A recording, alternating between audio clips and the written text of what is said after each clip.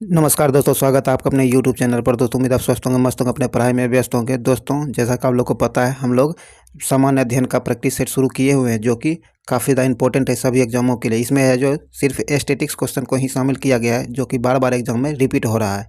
तो ऐसे क्वेश्चन को इसमें शामिल किया गया है। आपको पता है ये यूडिटेरिया बुक से लिया गया है। इसमें जो है आपको प्रत्येक दिन 50 क्वेश्चन देखा जा रहा है, जो कि काफ़ी ज़्यादा इंपॉर्टेंट है। तो इसीलिए आप इस वीडियो को शुरू से अंत तक देखा कीजिए और इस वीडियो को लाइक शेयर जरूर कर दिया कीजिए, ताकि मैक्सिमम लोगों तक पहुँचे और इसका फ़ायदा मैक्सिमम लोग उठा सकें। और अभी तक जो जितना भी वीडियो हो चुका है, अगर आप नहीं देख पाए हैं तो उसके प्लेलिस्ट का लिंक आपको डिस्क्रिप्शन में मिल जाएगा, उसे जाकर जरूर देखें। और इस वीडियो को शेयर एक बार जरूर करें। इस चैनल को सब्सक्राइब कर लीजिए, घंटी दबा लीजिए, ताकि आने वाली वीडियो का नोटिफिकेशन आपको आसानी से मिल सके। दोस्तों एक बात बता दें आपको, 13 मार्च से बिहार दरोगा का स्पेशल बैच शुरू किया जा रहा है। अगर आप उसकी तैयारी करना चाह रहे हैं तो आप इस चैनल को सब्सक्राइब कर लीजिए और कंटिन्यू बना रहिए, ताकि आपकी तैयारी अच्छी हो सके और अच्छा से अच्छा स्कोर खड़ा करके एक सीट सुनिश्चित कर सकें। तो इसीलिए आप इस वीडियो को शुरू से अंत तक देखिए और चैनल से जरूर जुड़िए। चलिए हम लोग ज़्यादा टाइम नहीं गवाते, इस सेशन को शुरू करते हैं। पहला क्वेश्चन कहता है कि हेलिना क्या है। हेलिना रक्षा उपकरण को किस देश ने विकसित किया है। हेलिना रक्षा उपकरण जो है इसे किस देश ने विकसित किया है, तो भारत ने। किसने? भारत ने विकसित किया है। ए नंबर से आंसर हो जाएगा भारत। आगे कहता है निम्नलिखित में से कौन सुमेलित नहीं है। जो सुमेलित नहीं है ये आपको बताना है, तो ये आपको डी नंबर सुमेलित नहीं है। डी नंबर से आंसर हो जाएगा, जो कि सुमेलित नहीं है।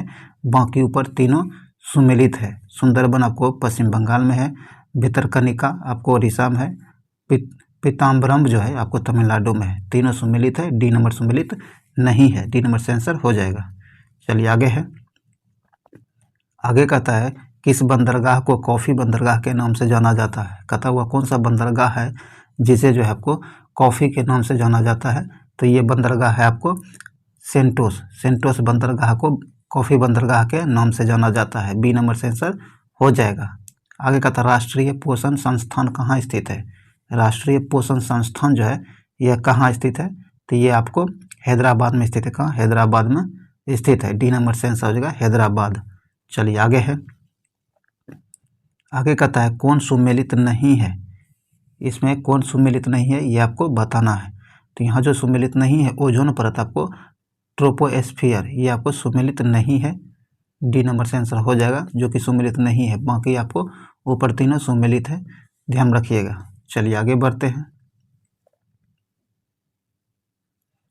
आगे कहता है कि उष्णकटिबंधीय क्या उष्णकटिबंधीय सदाबहार वन भारत के किन किन क्षेत्रों में पाए जाते हैं। कहता है उष्णकटिबंधीय सदाबहार वन जो है भारत के किन किन क्षेत्रों में पाए जाते हैं, तो ये पाया जाता है आपको अंडमान निकोबार द्वीप समूह के क्षेत्र में और उत्तर पूर्वी क्षेत्र की पहाड़ियों में पाया जाता है। तो 1, 2 और 3 यहाँ से आंसर हो जाएगा। तो यहाँ सी नंबर सही आंसर हो जाएगा। 2 और 4 सॉरी 2 और 4। चलिए आगे है। आगे कहता है कि हिमालयी पर्वत क्या है। हिमालयी पर्वत श्रृंखला किसका उदाहरण है। हिमालयी पर्वत श्रृंखला जो है यह किसका उदाहरण है, तो ये आपको बलित पर्वत का उदाहरण है। किसका? बलित पर्वत का उदाहरण है। डी नंबर से आंसर हो जाएगा। करेवा वैली कहाँ स्थित है। करेवा वैली जो है यह स्थित है, तो करेवा वैली आपको कश्मीर में स्थित है। ए नंबर से आंसर हो जाएगा कश्मीर। चलिए आगे है। आगे कहता है कि कहता है कि किस आंदोलन के दौरान क्या है, किस आंदोलन के दौरान ऑपरेशन जीरो आवर चलाया गया था। कहता है कि वह कौन सा आंदोलन था जिसके दौरान ऑपरेशन जीरो आवर चलाया गया था, तो यह चलाया गया था आपको भारत छोड़ो आंदोलन के समय। कब? भारत छोड़ो आंदोलन के समय। बी नंबर से आंसर हो जाएगा। चलिए आगे है।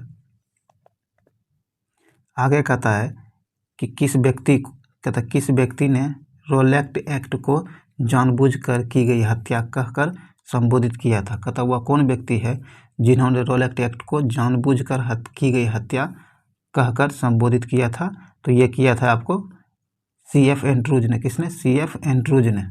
बी नंबर से आंसर हो जाएगा CF एंड्रूज। आगे का तब वन संरक्षण अधिनियम कब पारित किया गया था। वन संरक्षण अधिनियम जो है यह कब पारित किया गया था, तो आपको 1980 में। कब? 1980 में पारित किया गया था। बी नंबर से आंसर हो जाएगा 1980 में। चलिए आगे है। आगे कहता है कि इनमें से इनमें से कौन सी गैस ग्रीन हाउस प्रभाव उत्पन्न करने वाली गैस है। कहता निम्नलिखित में से वो कौन सा गैस है जो ग्रीन हाउस गैस प्रभाव करती है। तो इसका सही आंसर आपको हो जाएगा इनमें से सभी, जलवाष्प, मीथेन और ओजोन, ये सारे हैं। तो डी नंबर यहाँ से आंसर हो जाएगा उपयुक्त में सभी। आगे कहता है सिगरेट के धुएं में मुख्य प्रदूषक होता है। कहता है सिगरेट का जो धुआं होता है उसमें मुख्य प्रदूषक के रूप में कौन होता है। तो उसमें मुख्य प्रदूषक जो होता है आपको कार्बन मोनोऑक्साइड और बेंजीन, ये दोनों होता है। तो डी नंबर से आंसर हो जाएगा। चलिए आगे है, आगे कहता है गैसोहॉल मिश्रण है। कहता है गैसोहॉल जो है यह किसका मिश्रण है। तो गैसोहॉल जो है यह आपको 90% पेट्रोल और 10% एल्कोहल का मिश्रण होता है। ए नंबर से आंसर हो जाएगा। आगे कहता है कि यदि एक वस्तु एक समान गति से वृत्ताकार पथ पर गतिशील हो तो क्या होगा।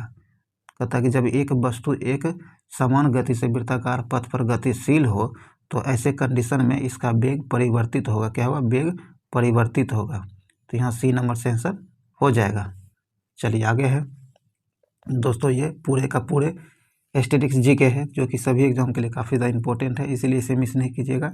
शुरू से अंत तक जरूर देखिए और अपने दोस्तों के साथ शेयर कर दीजिए। वीडियो को लाइक नहीं किया तो लाइक ज़रूर कर दीजिए ताकि ये हमें भी आप लोगों के लिए मोटिवेशन मिले काम करने के लिए। चलिए आगे देखते हैं। कहता है सूची 1 को सूची 2 से मिलाना है।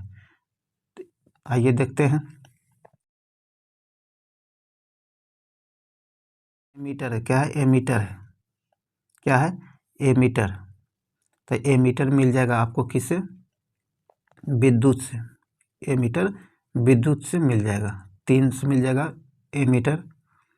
उसके बाद हाइग्रोमीटर आपको सापेक्ष आर्द्रता से मिल जाएगा, तो बी मिल जाएगा 4 से। अब बैरोमीटर, क्या है, बैरोमीटर मिल जाएगा दाब से।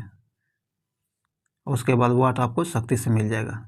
तो इस प्रकार आपको सही आंसर 3 4 1 2 3 4 1 2 सही आंसर सी नंबर हो जाएगा, ध्यान में रखिएगा। चलिए आगे है, आगे कहता है कि बहिष्कृत भारत नामक पुस्तक का प्रकाशन किसने किया था। बहिष्कृत भारत नामक पुस्तक जो है इसका प्रकाशन किसने किया था। तो ये किया गया था आपको बी आर अम्बेडकर के द्वारा। किसके, बी आर अम्बेडकर के द्वारा। सी नंबर से आंसर हो जाएगा बी आर अम्बेडकर के द्वारा। चलिए आगे बढ़ते हैं। आगे कहता आधुनिक भारत का निर्माता किसे कहा जाता है। कहता आधुनिक भारत जो है इसका निर्माता किसे कहा जाता है। तो इसका निर्माता आपको राजाराम मोहन राय को, किसे, राजाराम मोहन राय को आधुनिक भारत का निर्माता कहा जाता है। तो यहाँ आपको डी नंबर से आंसर हो जाएगा। चलिए आगे है, आगे कहता है कि ड्यूस डबल, क्या है, ड्यूस डबल फॉल्ट जैसे शब्द का संबंध किस खेल से। कहता है ड्यूस डबल फॉल्ट जैसे शब्द जो है इसका संबंध किस खेल से है। तो इसका संबंध जो आपको लॉन टेनिस से, किससे, लॉन टेनिस से इसका संबंध है। सी नंबर से आंसर हो जाएगा लॉन टेनिस से। चलिए आगे है, आगे कहता प्राक्कलन समिति के संबंध में निम्न में से कौन सा कथन, मतलब कहता प्राक्कलन समिति जो है इसके संबंध में कुछ कथन दिए गए, इस पर विचार करने के लिए कहा जा रहा है। तो आइए देखते हैं। कहता है कि इसमें सदस्यों की संख्या 25 होती है। क्या, इस प्राक्कलन समिति की प्राक्कलन समिति जो है इसमें सदस्यों की संख्या 25 होती है। गलत है, क्या है, यह गलत है। उसके बाद कहता है कि इसके सदस्यों में 10 सदस्य लोकसभा से और 15 राज्यसभा से, यह भी गलत है। इसका कार्यकाल 3 वर्ष का होता है, यह भी गलत है। कोई भी मंत्री समिति का सदस्य नहीं हो सकता है, यह सही है। तो यहाँ आपको डी नंबर, और कहता उपयुक्त में कौन सही है। तो यहाँ डी नंबर से आंसर हो जाएगा, केवल 4 सही है। चलिए आगे है, आगे कहता कि राज्यपाल, क्या है, राज्यपालों की सम्मेलन की अध्यक्षता कौन करता। कहता राज्यपालों की जो सम्मेलन होता है इसकी अध्यक्षता कौन करता है। तो इसकी अध्यक्षता राष्ट्रपति के द्वारा किया जाता है। ए नंबर से आंसर हो जाएगा राष्ट्रपति के द्वारा। चलिए आगे है, आगे कहता कि आयरलैंड, क्या है, आयरलैंड के संविधान से भारतीय संविधान में लिया गया। कहता आयरलैंड के संविधान से भारतीय संविधान में क्या लिया गया है। तो यह जो लिया गया आपको उपयुक्त में सभी लिया गया है। राज्य के नीति निर्देशक सिद्धांत आपको आयरलैंड से ही लिया गया है। राष्ट्रपति के निर्वाचन पद्धति को आयरलैंड से ही लिया गया है। राज्यसभा के लिए सदस्य का नामांकन की प्रक्रिया जो है यह भी आयरलैंड के संविधान से ही लिया गया है। तो डी नंबर से आंसर होगा उपयुक्त में सभी। कहता निम्नलिखित में से कौन सा अनुच्छेद उच्च न्यायालय को अभिलेखीय न्यायालय का दर्जा देता है। कहता निम्नलिखित में से कौन सा अनुच्छेद है जो उच्च न्यायालय को जो है अभिलेखीय न्यायालय का दर्जा देता है। तो ये जो देता है आपको अनुच्छेद 215। क्या अनुच्छेद 215 बी नंबर से आंसर हो जाएगा। चलिए आगे है। आगे कहता है भारत का संविधान किस प्रकार का है। भारत का संविधान जो है यह किस प्रकार का है। तो भारत का संविधान आपको साधारणतः एकात्मक तथा विशेष स्थिति में संघात्मक भी है। तो यहाँ सी नंबर से आंसर हो जाएगा। आगे कहता है भारत का संविधान कहता है कि अवशिष्ट अधिकार किसके पास रहेगा। कहता है भारत का संविधान जो कहता है कि अवशिष्ट शक्ति जो अधिकार जो होगा अवशिष्ट अधिकार ये किसके पास रहेगा। तो ये जो रहेगा आपको यह संघ की संसद के पास, संघ की संसद के पास रहेगा। सी नंबर से आंसर हो जाएगा। चलिए आगे है। आगे कहता है कि किस प्रस्ताव को पारित किए जाने पर मंत्रिपरिषद को इस्तीफा देना पड़ेगा। कहता है कि वह कौन सा प्रस्ताव है जिसे पारित करने पर किए जाने पर मंत्रिपरिषद को इस्तीफा देना होगा। तो इसका सही आंसर हो जाएगा वो विश्वास प्रस्ताव। सी नंबर से आंसर हो जाएगा वो विश्वास प्रस्ताव पारित करने पर मंत्रिपरिषद को इस्तीफा देना पड़ेगा। सी नंबर से आंसर हो जाएगा। चलिए आगे है। आगे कहता लोक लेखा समिति। लोक लेखा समिति से संबंधित तथ्यों में सही कौन है। कहता लोक लेखा समिति जो है इसके बारे में निम्नलिखित में से कौन सत्य है आपको बताना है। तो आइए देखते हैं। कहता है इसमें कुल सदस्यों की संख्या 22 होते हैं, सही है। इसमें राज्यसभा के 15 सदस्य होते हैं, यह गलत है। आगे कहता है इस समिति के सदस्यों को इस समिति के सदस्यों को प्रतिवर्ष अनुपातिक प्रतिनिधि के आधार पर चयन किया जाता है। यह भी सही है। तो 1 और 3 सही है। तो यहाँ ए नंबर से आंसर हो जाएगा। चलिए आगे है। आगे कहता है कि गिल्ट क्या है। गिल्ट एज्ड मार्केट निम्न में से किससे संबंधित है। तो ये जो संबंधित है यह संबंधित है आपको सरकारी प्रतिभूतियों के व्यापार से। सी नंबर से आंसर हो जाएगा। आगे कहता है चालू खाते के संदर्भ में किस वर्ष रुपये को, कहता है चालू खाते के संदर्भ में जो है किस वर्ष रुपये को पूर्ण रूप से परिवर्तनीय घोषित कर दिया गया। तो इसका सही आंसर आपको हो जाएगा 1994 में। डी नंबर से आंसर होगा 1994 में। चलिए आगे है। आगे कहता है कि डायमेटिना क्या है। डायामेटिना गर्त या खाई किस महासागर में स्थित है। तो ये जो स्थित है यह आपको हिंद महासागर में स्थित है। बी नंबर से आंसर होगा हिंद महासागर में। आगे कहता है बरमूडा त्रिभुज का त्रिकोण किस महासागर में स्थित है। बरमूडा त्रिभुज का त्रिकोण जो है किस महासागर में स्थित है। तो इसका सही आंसर हो जाएगा आपको उत्तर पश्चिम अटलांटिक महासागर में। कहाँ उत्तर पश्चिम अटलांटिक महासागर में स्थित है। सी नंबर से आंसर हो जाएगा। चलिए आगे बढ़ते हैं।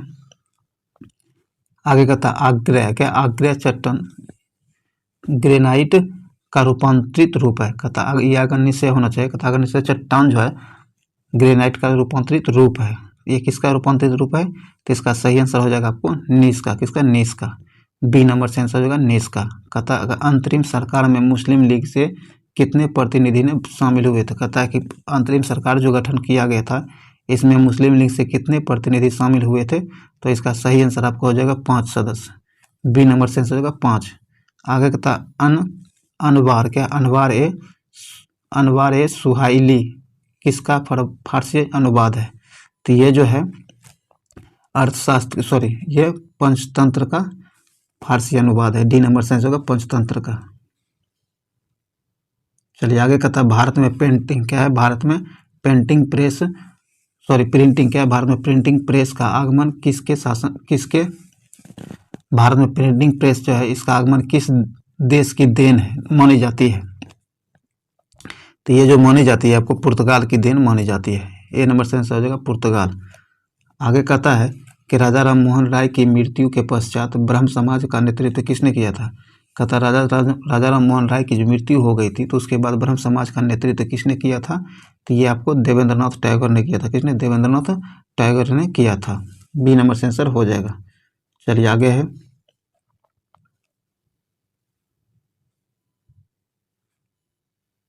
आगे कहता है कि निम्नलिखित में क्या है, निम्नलिखित में से किन व्यक्तियों ने द्वितीय गोलमेज सम्मेलन में भाग लिया है। कहता है निम्नलिखित में से वो कौन कौन व्यक्ति हैं जिन्होंने द्वितीय गोलमेज सम्मेलन में भाग लिया है। तो इसका सही आंसर आपको हो जाएगा, इसमें महात्मा गांधी द्वितीय गोलमेज सम्मेलन में भाग लिए थे, सही है। सरोजिनी नायडू भी लिए थी, मदन मोहन मालवीय भी लिए थे, लेकिन ये मौलाना आज़ाद नहीं लिए थे। तो यहाँ आपको डी नंबर से आंसर हो जाएगा। चलिए आगे है, आगे कहता भक्ति आंदोलन के दक्षिण से, कहता भक्ति आंदोलन जो है, भक्ति आंदोलन के को दक्षिण से उत्तर भारत लाने का श्रेय किसे दिया जाता है। कहता भक्ति आंदोलन को उत्तर भारत से दक्षिण भारत से उत्तर भारत में लाए जाने का श्रेय किसे दिया जाता है। तो ये रामानंद को, किसे, रामानंद को यह श्रेय दिया जाता है। ए नंबर से आंसर हो जाएगा। चलिए आगे है, कहता निम्नलिखित में से सूची 1 को सूची 2 से मिलान करना है। तो बौद्ध संगीति, बौद्ध संगीति जो है, प्रथम बौद्ध संगीति किसके शासनकाल में हुआ था ये आपको बताना है।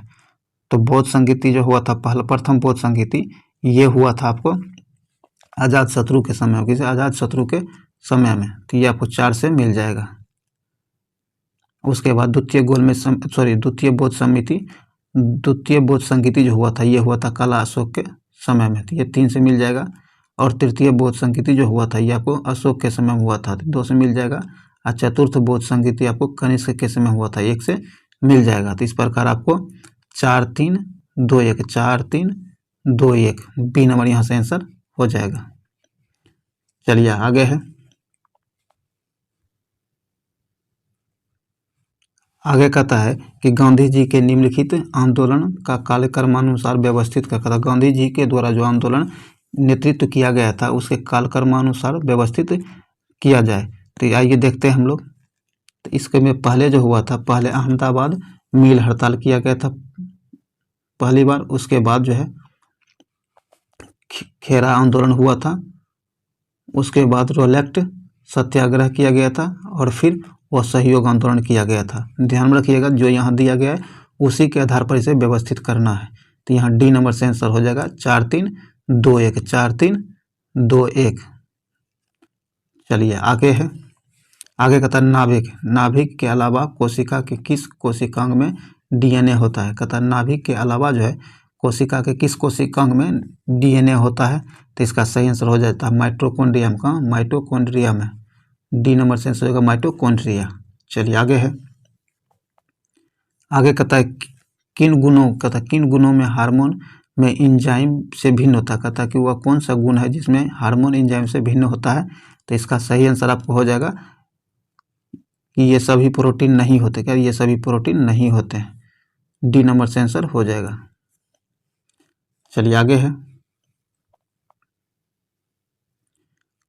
आगे कहता है निम्न में से कौन सा रोग विटामिन ए की कमी के कारण होता है। कहता है निम्नलिखित में से वो कौन सा रोग है जो विटामिन ए की कमी के कारण होता है। तो विटामिन ए की कमी से आपको जीरोफथेलेमिया होता है। बी नंबर से आंसर हो जाएगा। आगे कहता है एक बायोटेक्निक जिसमें अल्ट्रासोनिक ध्वनि का उपयोग किया जाता है वह कौन है। तो इसका सही आंसर आपको हो जाएगा क्या है, सोनोग्राफी, सोनोग्राफी। ए नंबर से आंसर हो जाएगा। चलिए आगे है, आगे कहता है कि यदि लोलक की लंबाई को 4 गुनी कर दिया जाए तो लोलक के झूलने की अवधि जो होगी इस पर क्या प्रभाव पड़ेगा। अगर लोलक की लंबाई को 4 गुनी बढ़ा दिया जाए तो इसके लोलक के झूलने की जो अवधि होगी उस पर क्या प्रभाव पड़ेगा। तो इस पर जो प्रभाव पड़ेगा, अगर लोलक की लंबाई 4 गुनी कर दिया जाएगा तो इसका जो झूलने का अवधि होगा ये 2 गुना हो जाएगा। बी नंबर से आंसर हो जाएगा 2 गुना। आगे कहता है वायु अंगार गैस में मुख्य घटक है। वायु अंगार गैस में मुख्य घटक आपको यहाँ से आंसर ए नंबर हो जाएगा, ध्यान में रखिएगा। आगे कहता है इनमें से कौन सा हार्मोन पीयूष ग्रंथि से स्रावित नहीं होता है। ध्यान रखिएगा, नहीं होता है। इनमें से कौन सा हार्मोन जो है पीयूष ग्रंथि से स्रावित नहीं होता है। तो इसका सही आंसर आपको हो जाएगा कैल्सिटोनिन। कौन, कैल्सिटोनिन जो है आपको पीयूष ग्रंथि से स्रावित नहीं होता है, बाकी आपको ये तीनों पीयूष ग्रंथि से ही स्रावित होता है। तो यहाँ डी नंबर से आंसर हो जाएगा जो कि स्रावित नहीं होता है। चलिए आगे है, आगे कहता है कि मादा जनन तंत्र में किसको मुख्य जनन अंग कहा जाता है। तो इसका सही आंसर आपको हो जाएगा डिंडवाहिनी नलिका को। ए नंबर से आंसर हो जाएगा। आगे कहता है निम्न में से कौन सा कार्बोहाइड्रेट पाचन का अंतिम उत्पाद है। कहता है निम्नलिखित में से कौन है जो कार्बोहाइड्रेट का अंतिम पाचन उत्पाद होता है। तो इसका सही आंसर आपको हो जाएगा ग्लूकोज। क्या है? ग्लूकोज। सी नंबर से आंसर हो जाएगा ग्लूकोज। चलिए आगे बढ़ते हैं। तो ये जो भी वस्तुनिष्ठ प्रश्न था जो कि स्टैटिक्स था, सभी एग्जामों के लिए काफ़ी ज़्यादा इंपॉर्टेंट है, वो समाप्त हो गया है। चलिए हम लोग देखते हैं कुछ अस्मरणीय तथ्य हैं जिसे हम लोग देख लेते हैं। आइए देखते हैं। तो आज हम लोग अस्मरणीय तथ्य में देखेंगे महाजनपद एवं उसकी राजधानियाँ। महाजनपद और उसकी राजधानियाँ देखेंगे। सबसे पहले तो ये देख लीजिए कि महाजनपदों की संख्या 16 हुआ करती थी और इसकी राजधानी कहाँ थी। आइए देखते हैं। कहता है कि मगध की राजधानी जो थी कहाँ थी, तो गिरिब्रिज या फिर राजगिरी थी। अंग का चंपा, बज्जी का वैशाली थी इसकी राजधानी। काशी का वाराणसी था राजधानी। वत्स जो था इसका राजधानी कौशाम्बी था। कहाँ? कौशाम्बी था। कुरु की राजधानी इंद्रप्रस्थ का, कुरु की राजधानी जो है इंद्रप्रस्थ है। तो यहाँ आपको हो जाएगा। उसके बाद कहता है कंबोज। क्या? कंबोज की राजधानी हाटक था। कहाँ? हाटक था। कंबोज की राजधानी हाटक था। उसके बाद कौशल की राजधानी श्रावस्ती। अवंती की राजधानी उज्जैन। मल की राजधानी कुशावती। पंचाल की राजधानी अहिच्छत्र। कंपिलिय इसकी राजधानी थी। चेदी की राजधानी शक्तिमती थी। मत्स्य की राजधानी विराटनगर। कहाँ? विराटनगर थी। और आपको एक कंबोज का हाटक था। सुरसेन का मथुरा था। अस्मक की राजधानी पोटली थी। और गंधार जो है इसकी राजधानी तक्षशिला थी। तो इसे आप जरूर देख लीजिएगा। उम्मीद है ये वीडियो आपके लिए यूजफुल रहा होगा। अगर आपको लगता है कि वीडियो आपके लिए यूजफुल है तो इसे लाइक शेयर जरूर कर दीजिए। अभी तक आप हमारे चैनल को सब्सक्राइब नहीं किए तो सब्सक्राइब करके घंटी जरूर दबा लीजिए ताकि आने वाली वीडियो का नोटिफिकेशन आपको आसानी से मिल सके। तो चलिए इस वीडियो को यहीं समाप्त करते हैं। मिलते अगले वीडियो में, तब तक के लिए जय हिंद।